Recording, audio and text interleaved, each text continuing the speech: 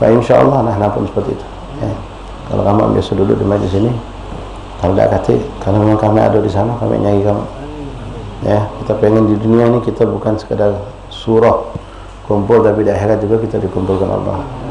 Dan mudah-mudahan Nabi Al-Bahsin nengok kita tahu kita saat ini kumpul. Nanti kalau kita kumpul orang yang hadir kumpul majlis ini, majlis yang hidup di rumah ini kumpul, Nabi Al-Bahsin nyari kita kalau kita kata insya Allah Ta'ala.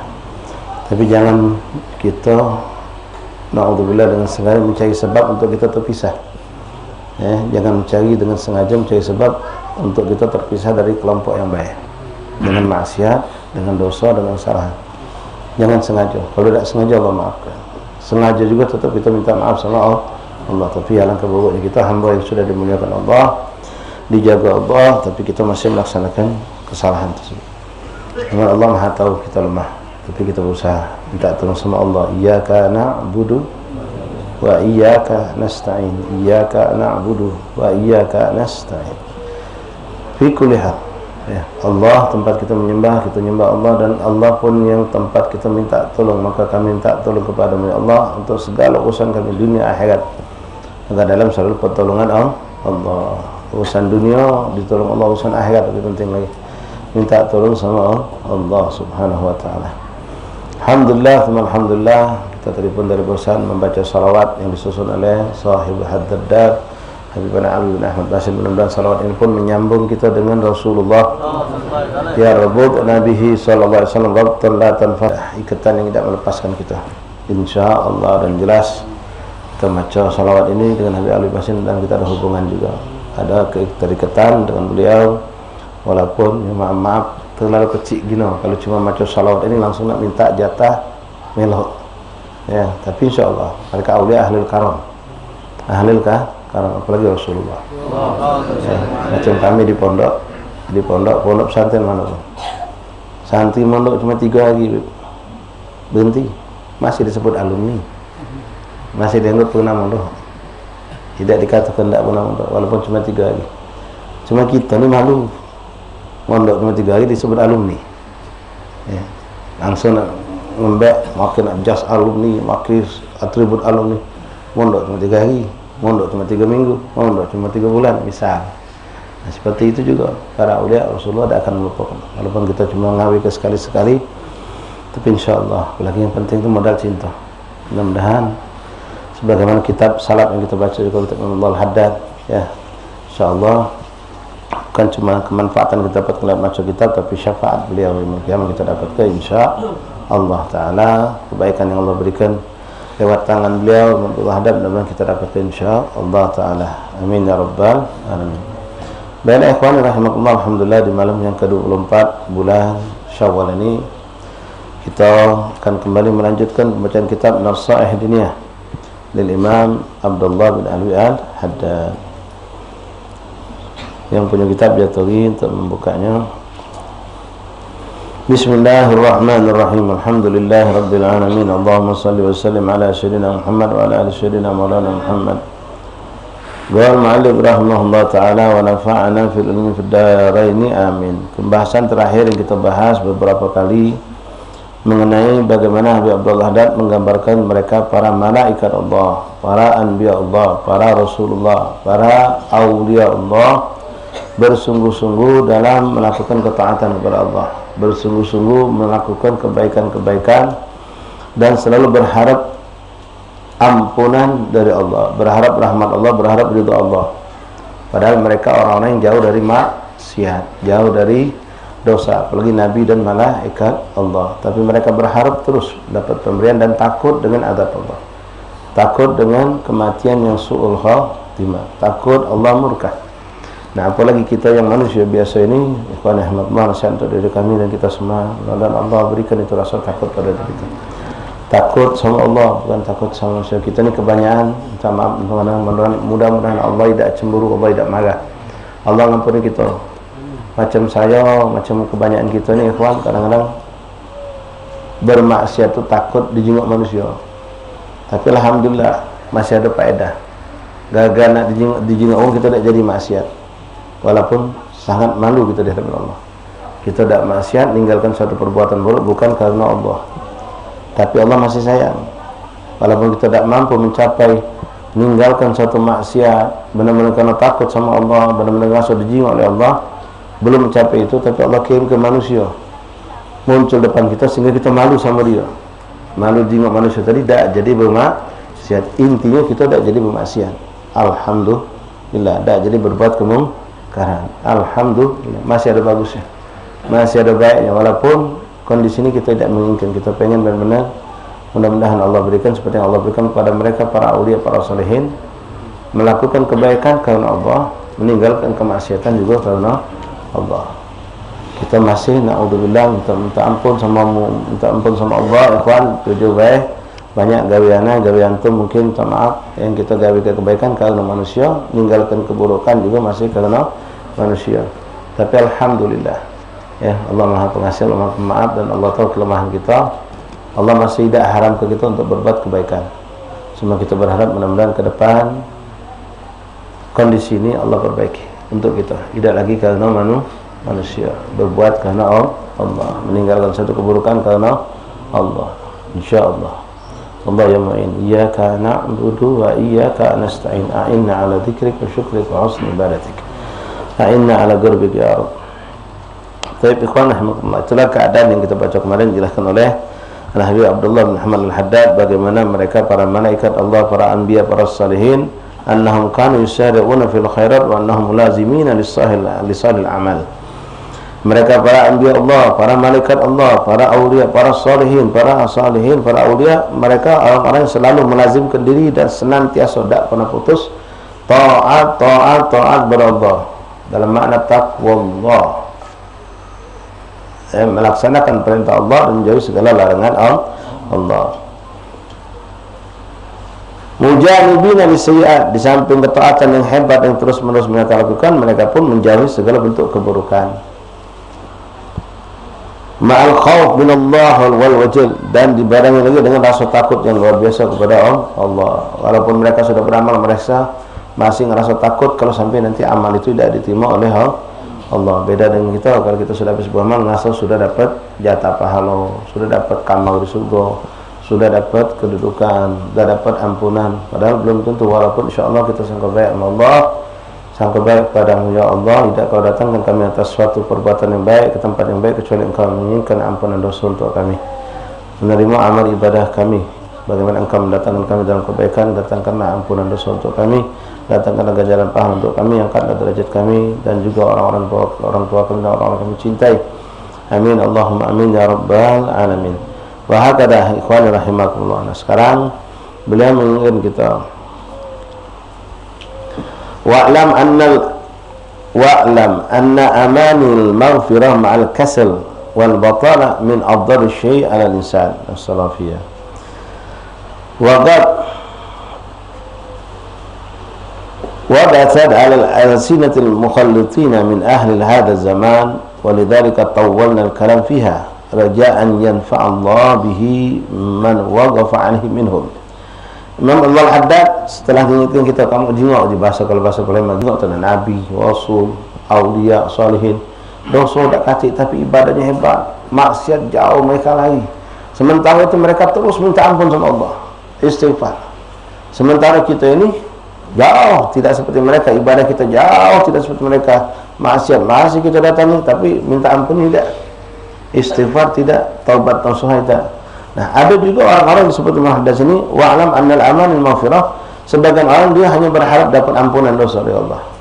Amanil maghfirah, berharap ya mudah-mudahan lewat majlis kita dapat ampunan, mudah-mudahan lewat wudu, lewat salat, ketemu aulia, melok pergi ziarah, mungkin macam-macam lah dengan amal masalah berharap ampunan dari Allah SWT. Nah, ada orang-orang yang memang seperti itu, dan memang itu dianjurkan seperti itu, berharap lewat apa yang kita ditentukan Allah yang kita kejar ini kita dapat kebaikan. Dikatakan dalam hadis Rasulullah SAW, ala inna fi ayyami dahrikum lanafahat ala fata'arudu laha, atau kama qala sallallahu, sesungguhnya Allah Subhanahu wa taala setiap hari itu memberikan nafahat, pemberian, itu ampunan dosa, maghfirah, rahmah, ridwanullah dan segalanya. Ala fata'arudu laha, maka kata Nabi, hei manusia, hei umatku, fata'arudu laha, datangilah tempat-tempat sumber-sumber di situ nafat Allah diberikan. Artinya pengen dapat ini ada tempatnya. Macam kita nak nyari rezeki ke pasar gitu, berdagang buka warung. Pengen dapat ilmu datang ke majlis taklim. Pengen dapat apalah ketujuan tempat di mana di situ ada, di situ kita cari. Nah, termasuklah nafahat minallah tadi, datang dan tempatnya kita semua tahu. Walaupun Allah boleh jadi memberikan di jalan, tapi tempat yang memang semua orang tahu, tempatnya ada seperti ini, majlis taklim, majlis zikir, ya, tempat-tempat mubarakah yang memang sudah pasti berkah seperti Haramain Makkah wal Madinah, rumah-rumah aulia, magabir salihin. Itu tempat turun nafahat minallah subhanahu wa ta'ala. Ata'ala fata'arudullah, maka datanglah. Maka di antara niat kita ikhwan datang ke tempat ini, majlis-majlis seperti ini, mengharapkan maghfirah, ampunan dosa. Kan Allah menjanjikan, bahkan termasuk paling hebat maghfirah didapatkan lewat majlis taklim. Pahala paling besar kita dapatkan lewat majlis taklim. Nah, tapi ada sebagian orang kata muhaddats, amanul maghfirah ma'al kasal. Dia berharap dapat ampunan dosa, tapi dia malas mendatangi tempat-tempat atau melakukan amalan-amalan yang mendatangkan ampunan dosa dari Allah. Pengen dapat ampunan tapi tidak berbuat untuk mendatangi pintu maghfirahnya Allah. Wal batarah, dan dengan malas-malasan tersebut ditambah lagi mereka terus masih melakukan perbuatan dosa tadi, tapi tetap masih berharap dapat ampunan. Maksiat masih dijalankan, ibadah malas-malasan, tapi masih tetap berharap dapat ampunan, bahkan tidak tanggung-tanggung, ampunan seluruh dosa masuk surga tanpa hisab. Walaupun Allah mampu, Allah bisa menunjuk itu, tapi tidak seperti itu. Kata orang itu bahaya. Min afdali syai'in al-zat, itu yang seperti itu perkara yang paling bahaya buat manusia, karena dia terus lalai, terus maksiat, masih berharap ampunan dosa, tapi dia tidak ada usaha untuk meninggalkan maksiat. Dia khawatirkan maghfirah belum datang, tapi ajal itu datang, lalu dia wafat dalam keadaan su'ul khatimah.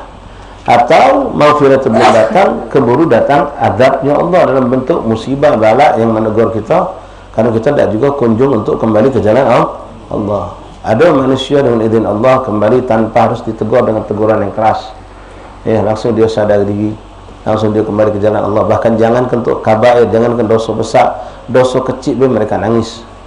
Meninggalkan yang sunnah mereka sesali panjang, melakukan satu yang makruh mereka sesali panjang. Tapi ada orang meninggalkan sunnah biasa baik, melakukan makruh pun tidak jadi masalah buat dia. Dan ini kondisi, kadar keadaan manusia berbeda-beda. Para salihin, para awliya Allah, jangankan melakukan yang haram, yang makruh, mereka ketakutan untuk melakukannya. Waqad wasabat alal alsinatil mukhallitina min ahli hadha zaman. Yang seperti ini telah banyak sekali intasyara, artinya tersebar banyak sekali di zaman Imam Abdul Haddad. Dia ngomong fi zamanina, apalagi di zaman kita sekarang. Orang-orang seperti itu, lisannya minta ampun, pengen sama Allah, ngomong nak minta ampun, nak taubat, tapi dia masih terus dengan kesalahan dan berbuat kemaksiatan. Memang ada hal-hal yang ikhwan kita tidak bisa langsung tak tinggalkan secara spontan, butuh waktu, butuh saat, tapi harus ada niat kuat dan usaha. Contoh misal, misal ada orang hari ini dia masih memiliki satu sumber rezeki yang haram. Hari ini cuma satu sumber rezeki yang haram, satu sumber rezeki tapi haram. Dengan itulah dia menunjuk anak bininya makan segala macam. Begitu dia tahu ini haram, apakah dia harus hari itu meninggalkan, besok jadi pengangguran, dan nanti sumber rezeki datang? Ulama tidak ngajar seperti itu. Rasulullah tidak memaksa kita untuk seperti itu. Kalau itu bisa kita menjadikan kita lakukan, anak kita bisa tidak siap, kita boleh jadi siap, boleh jadi kita siap. Aku siap, biarlah besok aku minum banyu putih, makan tidak makan, karena aku tahu yang ada di rumah itu haram kalau di sini. Tapi anak bini kita apakah siap? Mungkin belum siap. Bahkan kadang-kadang kita bukan nafkah anak bini kita, keluarga kita juga. Dan ini kenyataan ada dialami oleh sebagian ikhwan kita. Ketika mereka sudah pengen hijrah, ternyata mak bapaknya yang selama ini ngenjuk dia, segala macam, sampai aja dia pun ngenjuk makan bapak emaknya, mak bapaknya tidak siap. Jangan kau berhenti di mak bapaknya tadi itu. Memang secara kondisi dia tidak kata ganti, belum ada gawian yang lainnya. Seperti ini memang tidak harus tak hari itu langsung. Tapi kalau maaf, kalau antum bujang kan, kata tanggung jawab apa-apa, maka seperti itu harus lebih cepat dilakukan. Tapi ketika kita ada tanggung jawab, bukan berarti mentakhirkan taubat. Taubat nasuhah kita lakukan, tapi untuk mengambil sikap meninggalkan pekerjaan ini langsung dapat yang baru, kita harus dibarengi. Artinya sambil berusaha untuk meninggalkan gawe buruk ini, sambil berusaha ikhtiar dan berdoa minta dibuka Allah pintu yang baru. Ya, boleh saja, boleh saja, bukan kita berkhayal dengan kita taubat sungguh-sungguh besok langsung datang pintu rezeki yang boleh. Tapi tidak semua orang diperlakukan Allah seperti itu. Ya, mungkin kita tidak kuat, tidak sanggup dengan seperti itu. Mungkin butuh proses. Isi bahasa kita butuh proses. Nak taubat juga butuh proses. Budak baru pindah, baru hijrah, nanti langsung pasuk untuk solat waktu, jangan tak berjamaah. Mayang tidak pernah sama ni. Nah, kita langsung solat berjamaah, kaget dulu. Ya, kita nak suruhkan hal-hal yang berat-berat, kaget dulu. Sampai termasuklah ni, kalau kita ini perhatikan ikhwan rahmatullah, ngajari orang baru hijrah atau orang baru mu'alaf, jangan dikasihkan yang sulit-sulit tentang agama ini. Justru memberatkan mereka, kadang-kadang membuat mereka hanya bahasa kita ngedrop lagi. Misal kita tahu contoh solat itu dalam mazhab Syafi'i, kita solat niat takbir Allahu Akbar. Niat itu diucapkan saat kita mengucap takbir Allahu Akbar, diteteskan di hati. Nah, orang baru hijrah atau baru masuk Islam bingung nak diajar macam itu. Maghrib tadi dia syahadat, kita ajar salat maghrib, dia ajar macam itu, bingung dia. Nah, kita dalam hal ini terjadi bentuknya kita butuh ilmu. Kita kembali pendapat ulama yang mengatakan tidak harus seperti itu. Ya, dalam mazhab kita, tak kata mazhab yang lain. Kalau kondisi dia ini belum siap untuk diajak, tapi lambat laun nanti diajarkan. Contoh lagi, orang baru masuk Islam, dia tak berjilbab. Nah, kita langsung pasang, besok harus berjilbab, haram hukumnya kalau dia belum siap dia. Belum siap, kita paksakan, mungkin berontak dia. Mungkin dia akan berontak, bukan malah jadi kebaikan. Yang penting dia sudah masuk Islam, dia ambil pelan-pelan. Mungkin butuh waktu. Ya, butuh waktu, apalagi orang sudah mencintai sesuatu yang sifatnya kebatilan itu, untuk ditarik langsung pindah tidak bisa. Contohnya yang terjadi pada zaman Rasulullah sendiri. Yang namanya khamr itu minuman yang paling ngetop, paling hebat, jamuan paling mereka banggakan pada tamu khamr. Begitu ayat turun tentang larang ini, tidak langsung berdegup top, langsung haram, tidak, bertahap sampai 3 fase. Pertama dijelaskan dulu, khamr itu memang ada manfaat, tapi mudaratnya lebih besar. Sampai ada lagi larangan untuk jangan sampai kamu dalam keadaan mabuk dalam solat. Sampai proses itu bertambah, iman tambah kuat, cinta pada Allah dan Rasul semakin. Setelah cinta itu sudah hebat, maka barulah turun larangan khamr, hukumnya haram, tidak boleh sama sekali. Baru itu berlaku. Nah, begitu juga ikhwan rahimakumullah. Kembali kepada apa yang dijelaskan Imam Abdullah Haddad tadi. Ada orang-orang yang na'udzubillah min dzalik, dia tadi itu berangan-angan dapat ampunan dosa, berangan-angan ya bahkan bukan dia husnuzan sama Allah. Memang Allah membukakan pintu maghfirah sangat luar biasa, tapi justru menyepelekan, menggampangkan. Ya, ada orang dapat ilmu justru malah tersesat. Ya, dia dengar misalnya contoh, kalau kita buat salah, ya kita salaman, rontok dosa kita. Ya sudah, maksiat, habis maksiat bersalah, hadim sofa melok, selesai dah dosa aku itu. Kalau ambil wuduk dosanya rontok, kalau ambil wuduk selesai dosa. Nah, na'udzubillah, termasuk kelompok seperti ini. Ya, tahu dia kalau hadir majlis itu mengampunkan segala dosa, ribuan bahkan bagai lautan dosa itu diampunkan Allah SWT. Nah, sekedar dijadikan seakan-akan permainan. Kemurahan rahmat Allah, kemudian sekedar permainan. Berharap rahmat Allah tapi dia terus bermaksiat, berharap rahmat Allah tapi dia tidak meningkatkan taat. Orang seperti itu bahaya untuk menghadap. Itulah yang kita sebut dengan namanya istidraj. Ya, istidraj artinya dia terus melakukan maksiat dan dia tidak merasa butuh taubat, walaupun dia berharap masih tetap kaget dapat ampunan dosa dari Allah. Termasuk juga berharap syafaat Rasulullah. Wallah, Rasulullah menjanjikan, bahkan yang mengatakan inna syafaati yaumul qiyamah lil ahli al-kabair min ummati. Syafaatku nanti sangat berfungsi, kata Rasulullah, akan kuberi kepada orang yang pendosa besar dari umatku. Nah, ucapan Rasulullah hak benar, tapi jangan membuat kita jadi lalai, apalagi orang pendosa besar. Nabi memang ahli al-kabair min ummati, yang masih jadi tanggung jawab kita ini mati dalam keadaan umat Nabi itu bukan kaget.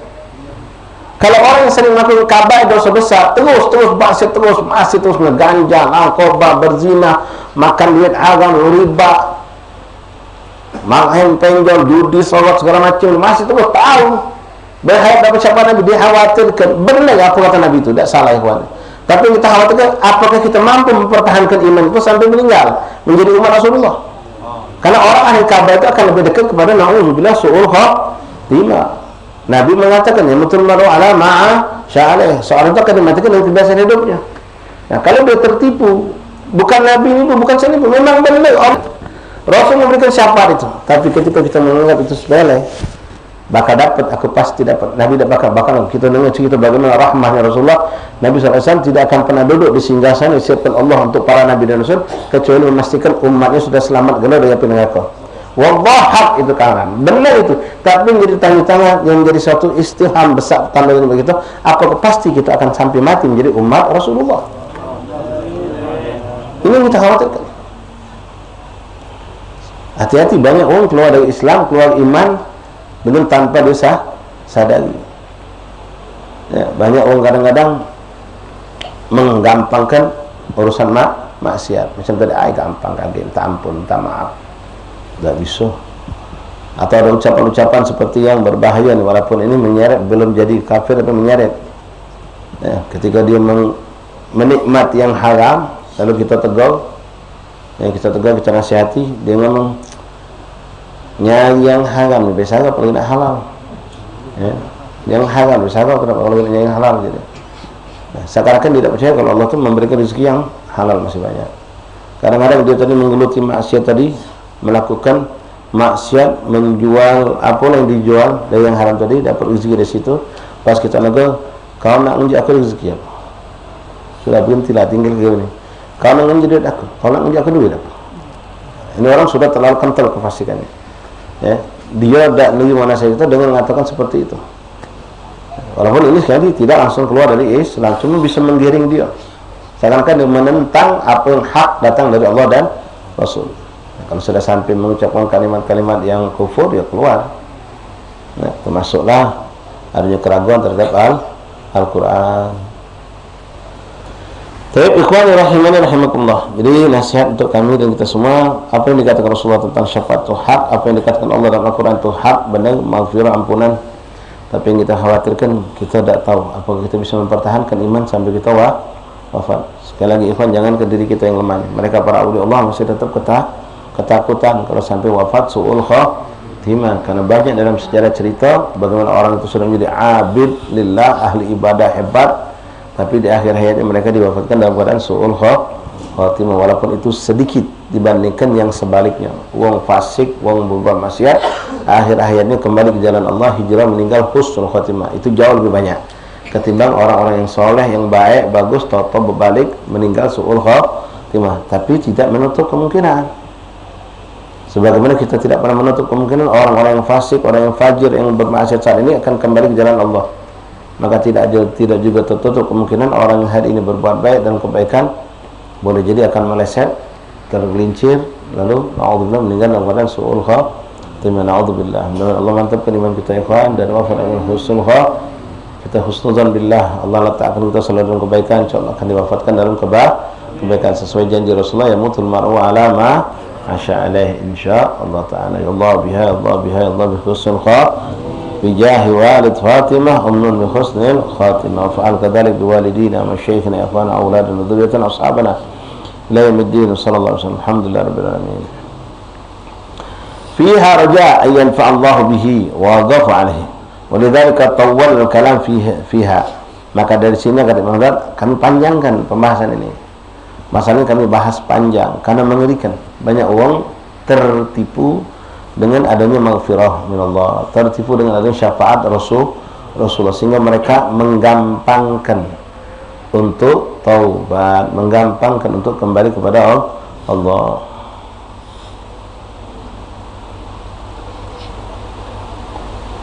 Raja an yanfa' Allah bihi man warada alaihi minhu fa yatanabbah min ghaflatihi, dan mudah-mudahan sadar dari kelalaiannya, wa istayqadha, dan bangun min ragdatihi indama ya'lamu anna ahlul nubuwah wa ahlus salah kanu fi nihayatil khauf min Allah. Mudah-mudahan mereka dibangunkan Allah dari tidur panjangnya, dari tidur, istilahnya tidur panjang atau lalai, lalai dengan kemaksiatan, dengan segala keburukan itu, dengan mereka menyaksikan, melihat bagaimana para anbiya, para salihin, mereka adalah orang-orang yang sudah dapat, bahkan ikhwan, ya Nabi, Rasul, bukan lagi kita bahas, sudah pasti mereka ashab Rasulullah SAW yang dapat kabar gembira pasti masuk surga, seperti asyara mubasysyirina bil jannah, dan banyak lagi ribuan sahabat Rasul mendapatkan jaminan surga dari Rasulullah, tapi tidak membuat mereka lemah dalam beribadah, tidak membuat mereka walaupun sudah ada jaminan dari Rasulullah. Maka kita tidak ada jaminan, tidak ada kabar gembira pasti masuk surga, tapi kita nasta'firullah tetap bermaksiat dan tidak taat dengan sungguh-sungguh kepada Allah. Mudah-mudahan kata Allah Al-Haddad, aku berharap dengan membahas ini panjang, mengulangi pembahasan ini, fayatanabbah min ghaflatihi, orang-orang yang lalai akan tersadarkan, wa istaiqadh, dan akan bangkit bangun, min rugatatihi, dari ketiduran yang panjang, kelalaian panjang, innama ya'lamu, ketika mereka tahu anna ahlan nubuwah, sesungguhnya mereka para nabi, wa ahlus salah, para salihin, para awliya, kanu fi nihayatil khauf min Allah, mereka pada puncak rasa takut yang hebat kepada Allah Subhanahu wa ta'ala. Hatta kana nabiyuna Muhammad sallallahu alaihi wasallam yaqul, law akhadani Allah ana wa ibni Maryam bima jannat hatani, yani sababatul ibham, la'adzabna thumma lam yudhallimna syai'ah. Wala syakka anna al-anbiya wal awliya a'rafu billah wa bi karamihi al-'azim wa rahmatullah al-wasi'ah min ghairihim, falam yabqa illa an yakuna ahlu at-takhlid wa at-tafrid awla bil khauf min kulli wajh ala kulli hal. Sampai Rasulullah SAW mengatakan, lau akhadani Allah ana wa ibni Maryam bima jannat hatani, yakni sababah wal ibham, la'adzabna thumma la yudhallimna syai'ah. Seandainya aku, kata beliau, lau akhadani Allah, dan wa ibni Maryam itu Nabi Allah Isa alaihissalam, bima jannat hatani, menunjukkan dua dengan dekatnya masa beliau dengan Sayyidina Isa bin Maryam. La'adzabna lam yadhlimna syai'ah, seandainya Allah menurunkan azab dan Allah tidaklah berbuat kezaliman apapun. Seandainya, saking takut itu tadi. Nabi sampai pernah nangis, antum masih ingat mungkin cerita bagaimana ketika beliau membaca ayat-ayat Al-Quran tentang bagaimana Allah mengadab kaum terdahulu sementara nabinya ada di hadapan mereka. Contoh Nabi Allah Nuh alaihis salam, umatnya ditenggelamkan Allah, bahkan putranya sendiri Nabi Nuh menyaksikan. Nabi Musa pun sama menyaksikan, Nabi Lut pun sama menyaksikan, Nabi begitu hebat mereka para anbiya itu menyaksikan bagaimana Allah mengadab kaumnya, sampai Rasulullah ketakutan dan sedih, nangis, takut itu terjadi pada umatnya. Sampailah turun dalam firman Allah, wa ma kana Allah li'adzibahum wa anta fihim, Allah tidak akan pernah mengadab mereka walaupun orang kafir itu sangat dahsyat kedurhakannya kepada Allah dan Rasul, selagi engkau ada bersama mereka aku tidak akan mengadab mereka, kata Allah. Wa ma kana Allah mu'adzibahum wa hum yastaghfirun. Lalu Nabi khawatir dengan umat Islam, bagaimana kalau aku tidak katik lagi, kata Nabi, adab akan turun. Maka Allah mengingatkan, kalau untuk umatmu mereka tidak akan diadab kalau mereka beristighfar, minta ampun sama Allah. Kekhawatiran ini ada pada Nabi, kekhawatiran ini pada Nabi. Sementara kita yang dikhawatirkan tidak pernah khawatir terhadap diri kita sendiri. Padahal mereka para anbiya, para salihin yang sangat mengenal Allah, yang sangat dekat dengan Allah dan sangat mendapatkan pemberian dari Allah, mereka tetap merasa ketakutan dengan azab Allah, takut dengan hal-hal yang buruk menimpa mereka dan berharap rahmat Allah. Sementara kata Imam Abdul Haddad, ala yakuna ahlat takhlid wa tafrid, sementara mereka orang-orang yang takhlid, mana takhlid itu ikhtilat, mencampurkan hukum syariat Allah yang batil dengan yang hak, diaduknya, dicampurkannya, ya, untuk kepentingan dunia mereka, untuk hawa nafsu mereka.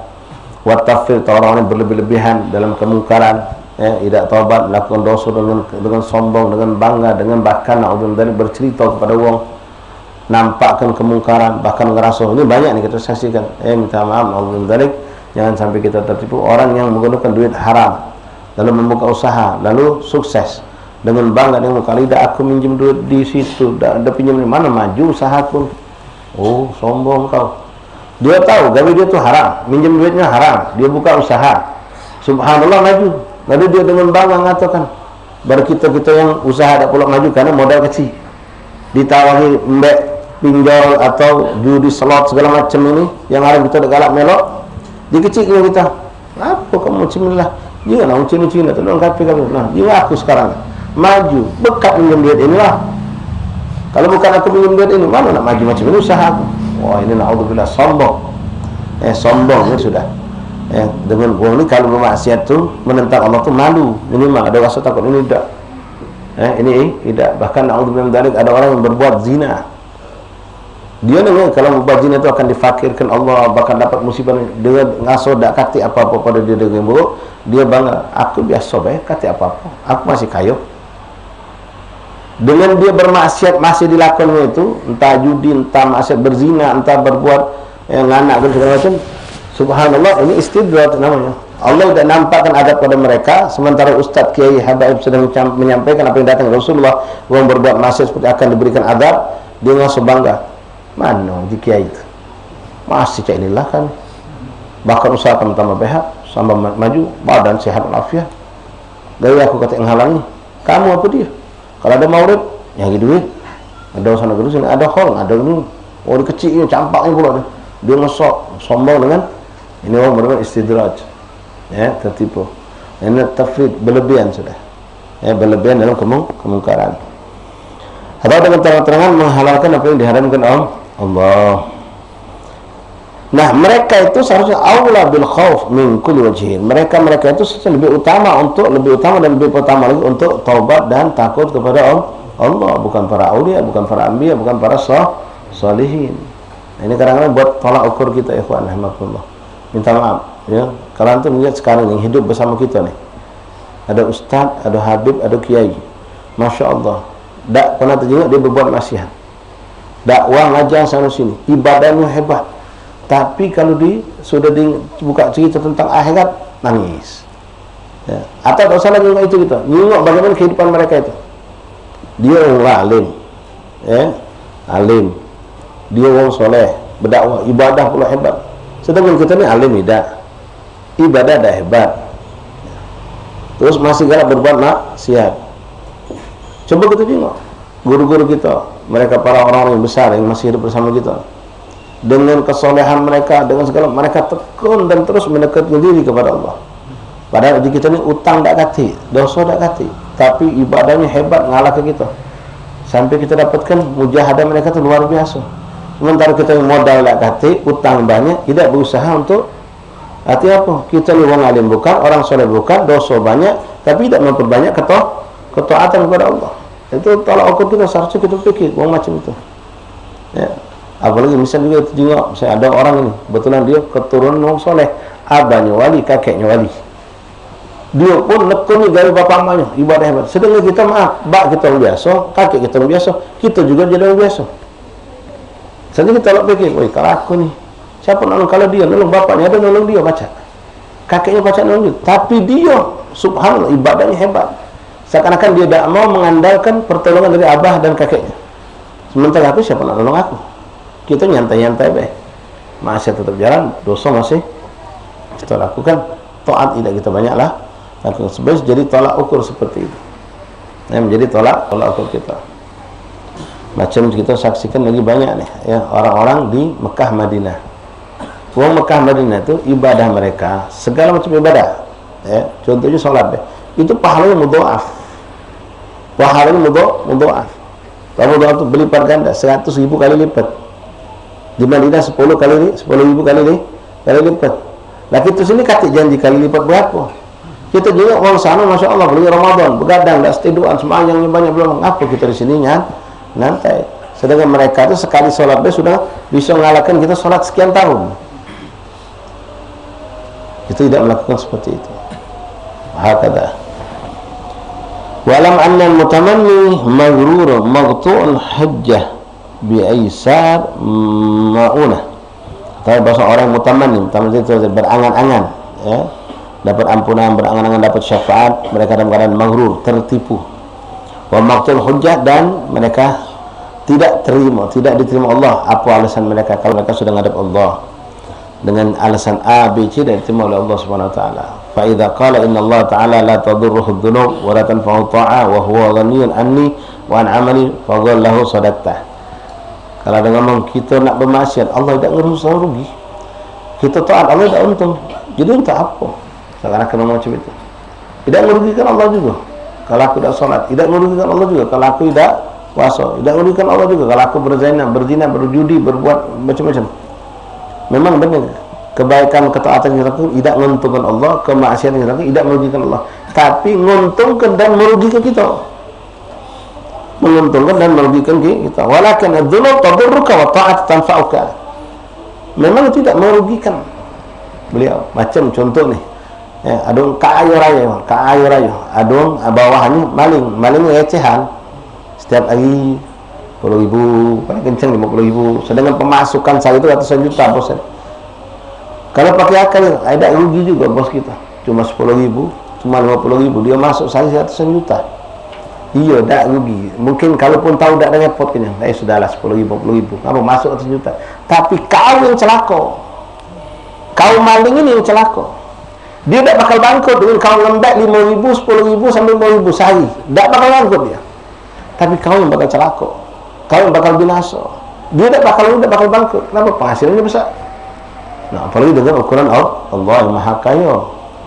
Sampai Nabi pernah dalam sebuah hadis mengatakan, "Lau seandainya seluruh manusia dan manusia ini dijadikan semuanya taat kepada Allah seperti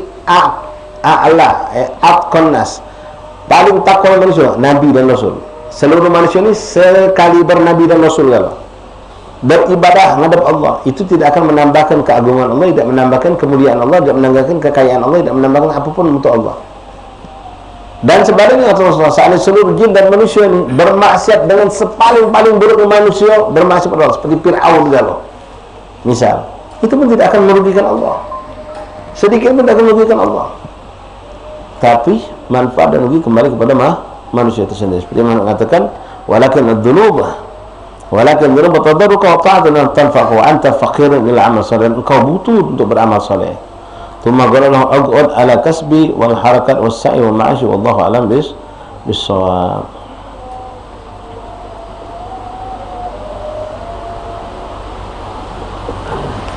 Insyaallah kita punya masalah kita lanjut lagi pada pertemuan yang akan datang insyaallah taala.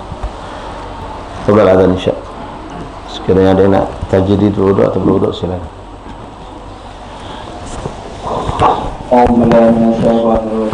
Bismillahirrahmanirrahim. Innallaha wa malaikatahu yusholluna 'alan nabi. Allahumma shalli wa sallim. Ya ayyuhalladzina amanu shallu 'alaihi wa sallimu taslima. Allahumma shalli wa sallim 'alaihi. Allahu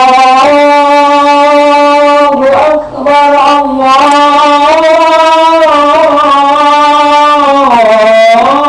akbar, Allahu akbar, Allahu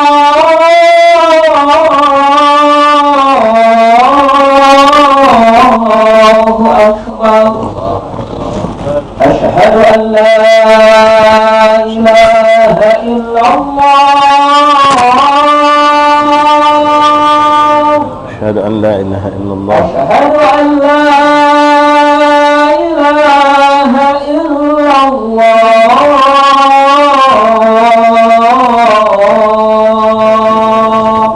Asyhadu an la ilaha illallah. Asyhadu anna Muhammadar Rasulullah.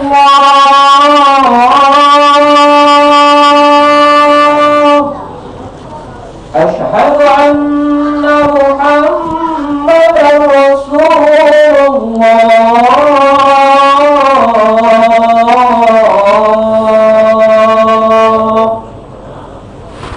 Hayya 'alas salat.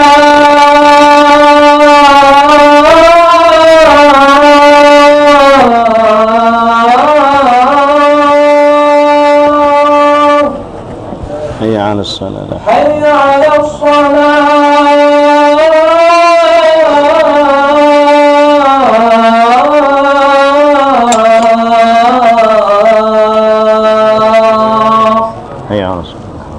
Hayya 'alal falah.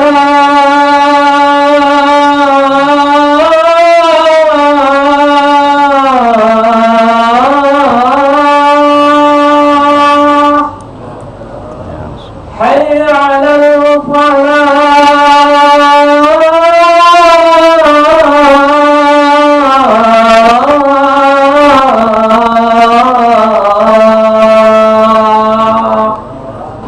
Allahu akbar.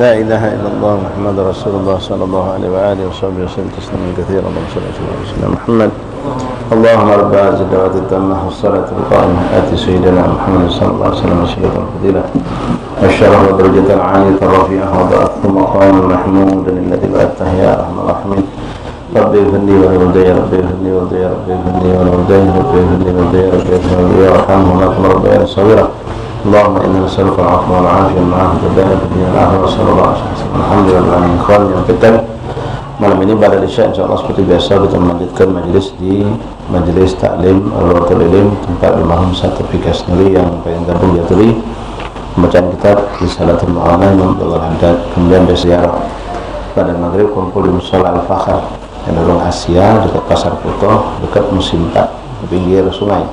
Kalau motor bisa masuk parkir dekat langsung di halaman musola insyaallah. Dari situ pada isya kita ziarah ke Pengadilan Syarif Ali dan lanjut ke Kambang Kuci insyaallah. Kemudian hari Ahad ada peringatan hall oleh Al-Habib Ali bin Syekh As-Segab di Komplek As-Segab undangan untuk umum Jaturi jam 10 atau 9.30 sampai selesai.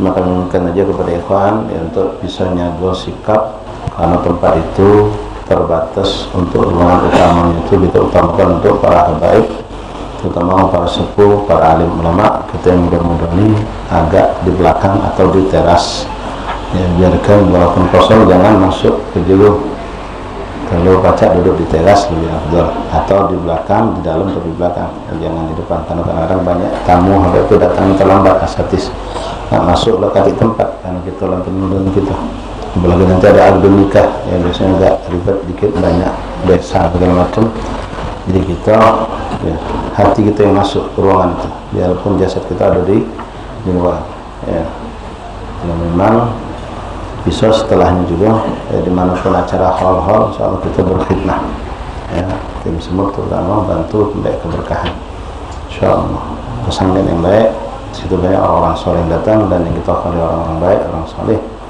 insyaallah Allah berikan keberkahan untuk kita. Jadi hari Ahad 9.30 atau jam 10 paling lambat dimulai hall Habib Ali bin Syekh As-Segab di Komplek As-Segab. Wallahu a'lam. Bismillahirrahmanirrahim. Alhamdulillahirabbil alamin. Allahumma shalli wa sallim ala sayyidina Muhammadin wa ala ali sayyidina Muhammad. يا ربنا انصرنا جيوشنا أيدهم بقوة على اليهود المعتدين يا الله يا رب دمر اليهود أنكسنا للأخر وارسل عذابا دائما على طغاة الظالمين يا ربنا بالمصطفى وآله أهل الوفا فرج بهم وارحم جميع المسلمين يا الله وبأهل المرتضى جميع إلهي بالرضا وبحجة الكبرى صغار المؤمنين يا الله وبفاتحة بنت الرسول يا إلهي بالقبول وبالحسن ثم الحسن سالت بالظالمين يا الله بهم يا ربنا سالت ترد حقنا وما أضانا من بلاد يا مجيب السائلين